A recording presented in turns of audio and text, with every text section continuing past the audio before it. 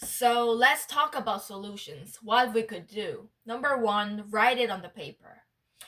It didn't help me a lot though. I wrote my emotions and what's happening right now in my own kind of emotional diary, and for me, it didn't kind of work.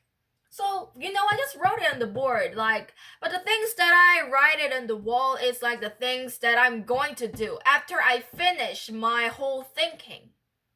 After I make a conclusion out of it, I write it on the wall. Like how am I going to do after I finish all those emotional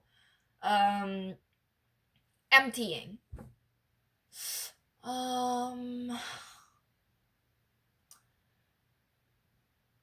Listening to music helps you a lot, but you can't listen to music for 24 hours a day because you have things to do. Then, number two, I said, write on the paper or write it on the internet. Write it on your computer. You don't have to post it. But for me, I post it online because there are a lot of platforms that you can write essays. I like writing essays, especially about psychology, literature, language, all kinds of things that I'm interested in. I write it and post it online. And there is a platform called Brunch in Korea. And yeah, I write it and post it, and some people, they just come and visit my website and they put hearts and or write comments underneath it. Then I feel relaxed, and even though there aren't comments, I feel released. It's one of my way to empty my emotions. I told you that if you don't empty your emotions, then you're going to be stuck in there forever, and it's your loss. You need to be reasonable and less emotional when you want to solve something, when you want something bad just pass you by. Then,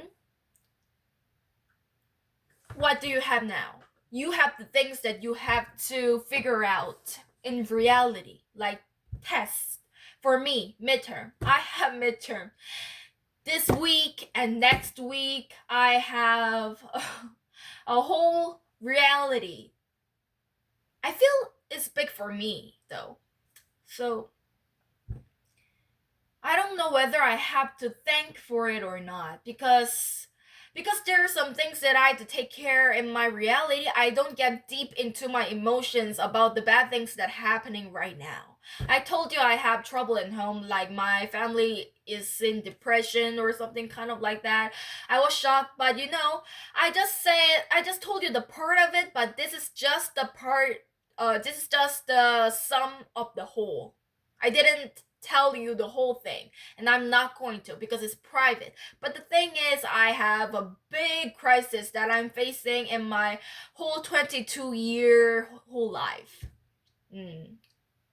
Yup, and still I have dreams that I want to achieve. But there's some difficulties that's coming through, and it's conflicting again and again. It's testing my life, and I figured it out. It might be quarter life crisis. Yeah, like everybody is going past through it. One thing that is good for us, people like us who is super sensitive and can't let go of our emotions, is that we get counseling. Not individual counseling, but in group. I got a group counseling with the help of the program in my school, and I listened to my peers who had similar problems with me or who have deeper problems than me. And after I heard their story, I felt like, oh, I'm not the only one, and oh, my problem was not something kind of a serious big stuff at all. But you have to know that every of you have the 100% pain of yourself. Like, you can't compare pain with others. Like, you think your pain is only 5 and the others have 10. You can't compare like this as a percentage, because every big pain you feel and you think you're gonna die right now because of this pain, then it's 100% for you. Exactly. The way how you feel is the quantity of your pain. And don't deny it. And don't feel ashamed of yourself. Like, I'm so vulnerable. Like, it's just the little kind of pain that everybody else goes through, but I'm crying because of it. I feel I'm so weak, but you don't have to do it because yeah, you're going through the biggest pain that you feel in your life because you're living your life, not the others. So what I did was I got faith in myself. How? You know, recently I'm using Instagram to look at feeds that inspires me.